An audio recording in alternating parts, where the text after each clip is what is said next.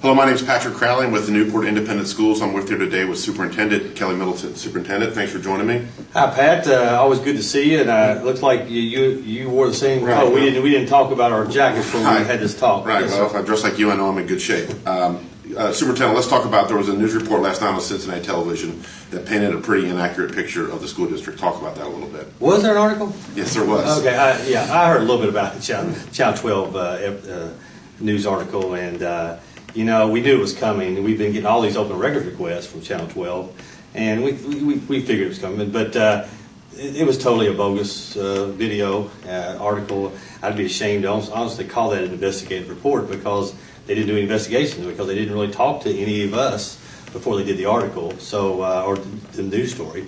So it's totally inaccurate. We can go line by line, and we don't have time in this video to go line by line, but we're going to go line by line in a written form to get out to everybody to show all the inaccuracies of that piece. I know one part that troubled you is that the Newport schools were compared to a rural district across the river in southwest Ohio, the Blanchester, Ohio schools. Yeah, you got to go to Blanchester, Ohio to compare Newport schools, and I've been to Blanchester. It's a good little city, a nice city. I was there not too long ago, and I think the median income there is almost $50,000, and it's rural poverty, and I would think anybody would know the difference between rural poverty and urban poverty. I can go on and on with all the difference between Blanchester, Ohio, and Newport. But to compare those two school districts is kind of crazy. Pat, I was at the football homecoming this year, and almost half of the people that were in the what do you call the party you have at the homecoming homecoming parade, and about half of our students had one of our staff members walk them out on the field. That's urban poverty. We don't have family structure for the most part. Rural poverty, you have family structure. I taught in Round County. I know the difference between rural and urban, and to compare urban with Newport with Blanchester, it's just silly. And I guarantee you, football homecoming in Blanchester, they had parents walk out with every child. It's just the difference, and it's what we deal with here. And people in Newport, we know this. It's funny, people on the outside don't seem to get it. And some of this information apparently flowed to the media from a teacher who had been let go and who was disgruntled, and possibly some disgruntled parents as well. Yeah, you had to go back, 3 years to find some disgruntled teacher? I probably could go into any school district this year and find a disgruntled teacher who's mad at the system. So you went back 3 years to find a teacher who no longer is teaching. She'd rather sell homes to teach kids, and gives a bad report. And I'm glad that person's not in our school system, quite frankly. So I don't have to be a very good investigative reporter to go to any school district in Kentucky and find one teacher who's mad about the school system. But I would encourage a reporter to go around the school and go in the classroom to talk to our current teachers, our good teachers, our good staff, which is almost every one of them, and see, they probably might get a different story than someone who didn't even choose teaching as a profession. And also, there was an allegation of bullying, and we've talked about this before, Superintendent. Any allegation of bullying in this district, I know, is taken very seriously. It's looked into. Children, you've had students expelled for that, and really, bullying is not unique to Newport. It happens in every school district, urban, rural, suburban.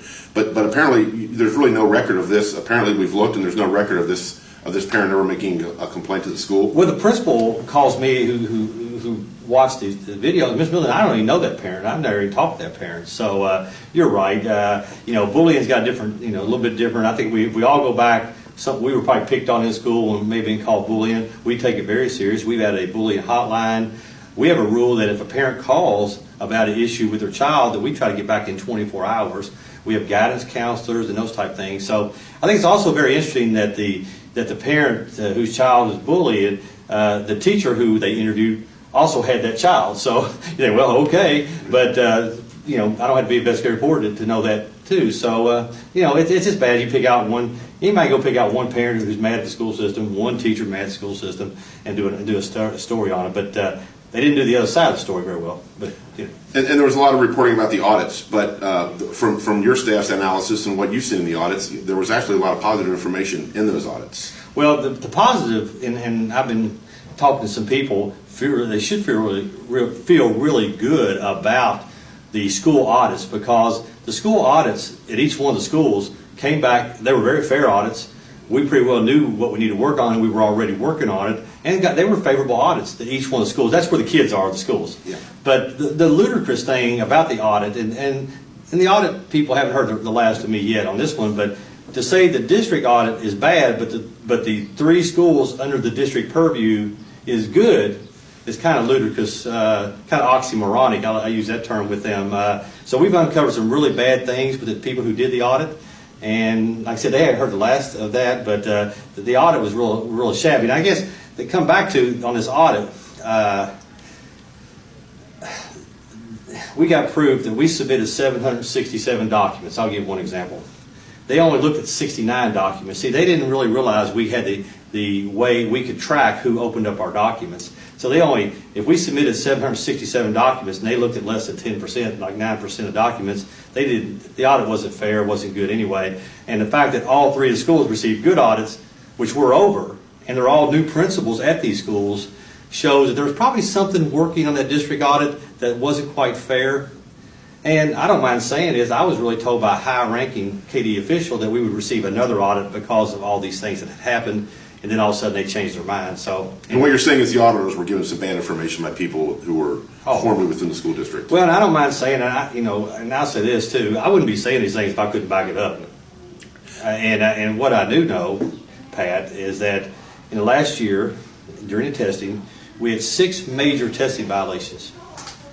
And 6 people have already either been fired or demoted because of these violations. All right, so you're taking proactive steps. So we're taking it. We're hitting it. And honestly, I'm 55. I really should retire in Kentucky if you know the retirement rules. But I'm staying around to try to clean this up. And what we know is 6 people made major testing violations, have all been either fired or demoted.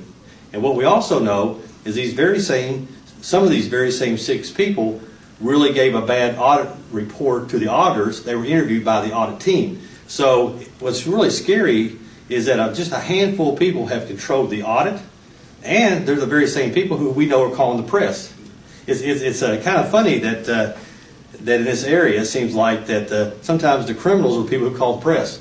And I'm surprised sometimes the press listens the way they do without getting the full story. In this case, they don't have the story. And you're going to continue to look at what the story reported, and also talk about some of the positive aspects of what you're doing, the improvement plans, how you've improved, some of the positive test scores, including career readiness, which is a huge factor anymore in determining how kids are going to perform out in the world.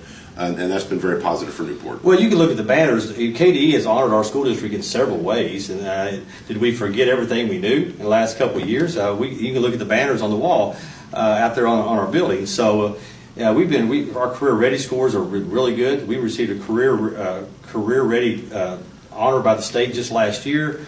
We received national awards for many of our programs. So that somehow didn't make it in the report. But anyway, so. Pat, our internal people really know what's going on. And I think that's the thing we know. Our internal people know who called the media. So watch social media, watch the press, watch information that's put up by the school. We're going to be talking about this. Oh, it's coming. We got a lot more coming, and we're going to give out some bullet points about all the inaccuracies in that report. But and I need to do it for my staff because that was really an attack. Not on just me, but it's an attack on our whole staff, our teachers who work very hard, who are dedicated to our kids. We're doing some great things. And I invite anybody to come by our schools, walk through our halls, and see, and then they'll know. The inside people know that that's a bogus report. It's the people maybe on the outside who might not get it. All right, we'll be getting that information out there. Superintendent Crowley Middleton, thanks a lot. Thanks for joining us. Thank you.